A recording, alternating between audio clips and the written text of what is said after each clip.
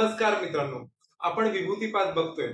या विभूतिपादामधले वेगवेगळे सूत्र समजून घेतोय, त्यांचा अर्थ लावतोय आणि त्यांना काही उदाहरणांची जोड देखील देतोय. आज देखील आपल्याला विभूतिपादामधलं 44वं सूत्र बघायचं. पंचमहाभूतांशी संबंधित असलेले हे सूत्र नक्की कसे फायद्याचे ठरते यावर आपल्याला प्रकाश जोड टाकायचा. चला सूत्र बघूया. स्थूल, स्वरूप, सूक्ष्म, अन्वय, अर्थवत्व, संयमात, भूतजय या सूत्रातील एक एक शब्दांचा अर्थ आपण आता समजून घेऊया. स्थूल म्हणजेच काय, तर ज्याला आपण फिजिकल फॉर्म असं म्हणतो, ज्याला आपण ग्रॉस फॉर्म असं देखील म्हणू शकतो. एकंदरीतच निसर्गातील एखादी वस्तू आपल्याला जशी दिसते ती वस्तू म्हणजे स्थूल वस्तू. त्याच्या पुढे स्वरूप म्हणजेच त्या पदार्थाचं, त्या वस्तूचं या निसर्गातलं जे इसेन्शियल नेचर आहे ते स्वरूप, म्हणजेच आपण त्या वस्तूचे गुणधर्म असं देखील म्हणू शकतो. त्याच्या पुढे सूक्ष्म म्हणजेच पदार्थाची ऍटॉमिक स्टेट, ती एकदम बारीक असेल, सूक्ष्म स्वरूपात असेल तर ती कशी असते ते म्हणजे सूक्ष्म. अन्वय म्हणजेच इंटरकनेक्टेडनेस, वस्तू किंवा पदार्थ या सत्व, रज आणि तम या गुणांनी बनलेले आहेत का आणि त्यांच्यामधलं काही कनेक्शन आहे का, हे आपल्याला अन्वय या अवस्थेमधनं दिसतं. आणि शेवटचा अर्थवत्व म्हणजेच त्या पदार्थाचं, त्या वस्तूचं या निसर्गामध्ये युटिलायझेशन कसं होतं, त्याचा पर्पज नक्की काय आहे. या सर्व पंचमहाभूतीय अवस्थांवरती जर योगी साधकाने संयम साधला तर काय होणार आहे, संयमात भूतजय. भूतजय म्हणजेच काय, तर पंचमहाभूत म्हणजेच निसर्गामधल्या या सर्व शक्तींवरती तो विजय प्राप्त होणार आहे. त्याला विजय होण्यापासून कोणीच अडवणार नाही, कोणीच रोखणार नाहीये.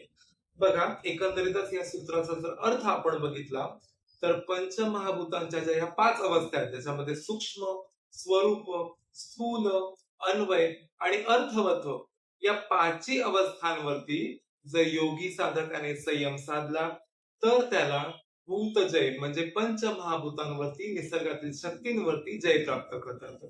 आता इथे समजण्याची गोष्ट आहे की पंचमहाभूत म्हणजे नक्की काय, तर अगदी या निसर्गातील प्रत्येक वस्तू, अगदी आपलं शरीर देखील या पंचमहाभूतांपासून बनलेले. मग पंचमहाभूत म्हणजेच काय, तर आकाश, पृथ्वी, जल, अग्नी आणि वायू ही पंचमहाभूत तत्व आपल्या सर्व वस्तूंमध्ये, सर्व पदार्थांमध्ये समाविष्ट आहे. या संपूर्ण 5ही अवस्था समजून घेण्यासाठी आपण काही उदाहरणं लक्षात घेऊया. पहिलं म्हणजेच स्थूल. आपल्या डोळ्यांना जे थेट दिसतं, एखादी वस्तू, एखादा पदार्थ, एखादा प्राणी आपल्या डोळ्यांना जसा दिसतो तो म्हणजेच त्याची स्थूल अवस्था. आपण ह्याला ग्रॉस फॉर्म असं देखील म्हणू शकतो.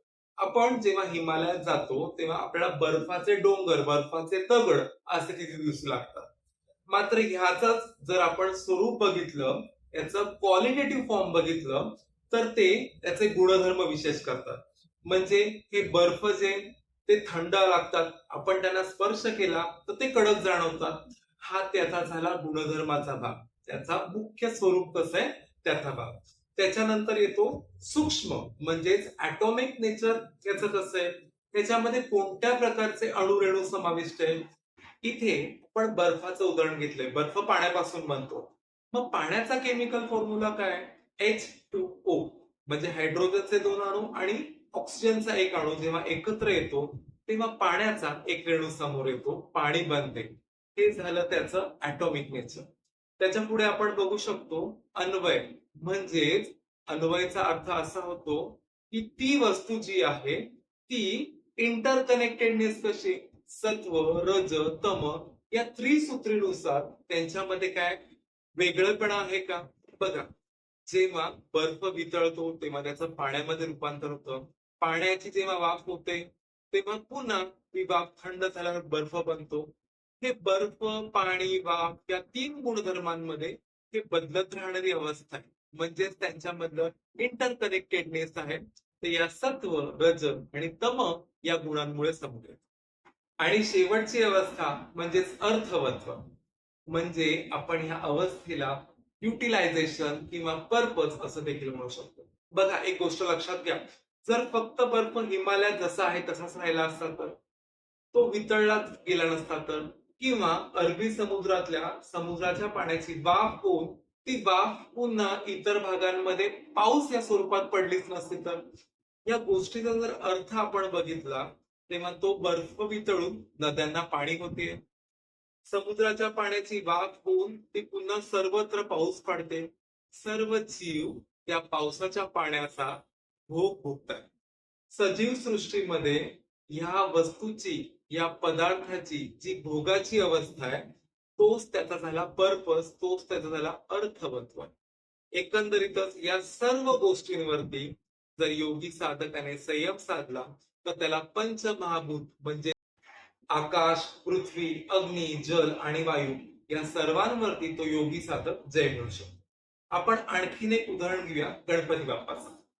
आपण गणपती बसवतो, 10 दिवस गणपती बसवण्यासाठी आपल्या घरामध्ये आपण गणपतीची मूर्ती स्थापन करतो.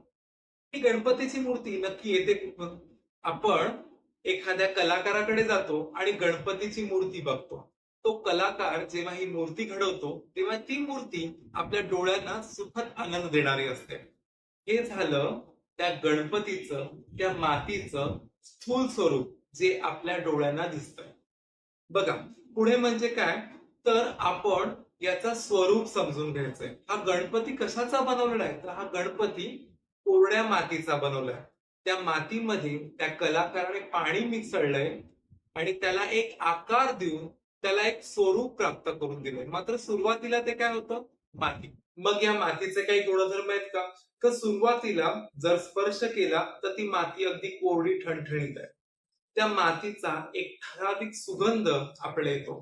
पावसाच्या काळामध्ये पाऊस जमिनीवरती पडला तर तो जो वास दरवळतो तो म्हणजेच मातीचा वास. त्या मातीला पण काहीतरी गुणधर्म आहेत. पुढची अवस्था म्हणजे सूक्ष्म अवस्था.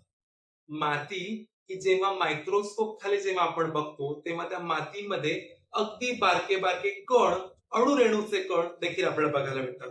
त्याच्यामध्ये काही खनिज आपल्याला सापडतील, ऑक्सिजन सापडेल किंवा अगदीच सिलिकाचे काही गुणधर्म देखील त्या मातीमध्ये दिसून येतील. पुढची अवस्था म्हणजेच अन्वय. ह्यांच्यामध्ये काही कनेक्टेडनेस आहे का?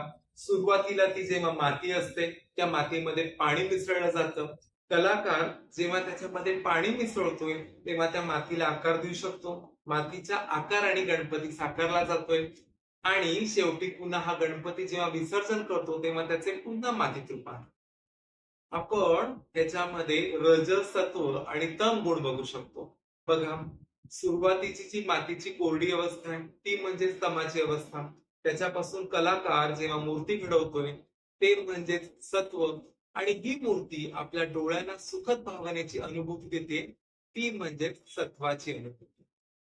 आपण या ठिकाणी अर्थवत्व म्हणजे त्याचा पर्पज साधकाला जेव्हा गणपतीची साधना करायची, गणपतीची आराधना करायची तेव्हा तो साधक गणपतीची मूर्ती आपल्या घरामध्ये 10 दिवस विराजमान करतोय.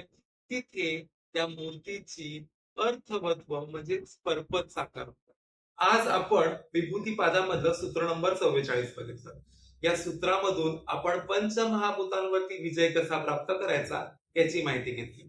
या विभूतीपादामधले रहस्य अजूनही आपल्याला उलगडणे बाकी आहे. मी माहिती तयार केल्या केल्या लगेचच तुमच्यापर्यंत पोहोचण्यासाठी तुम्हाला करायचंय काय?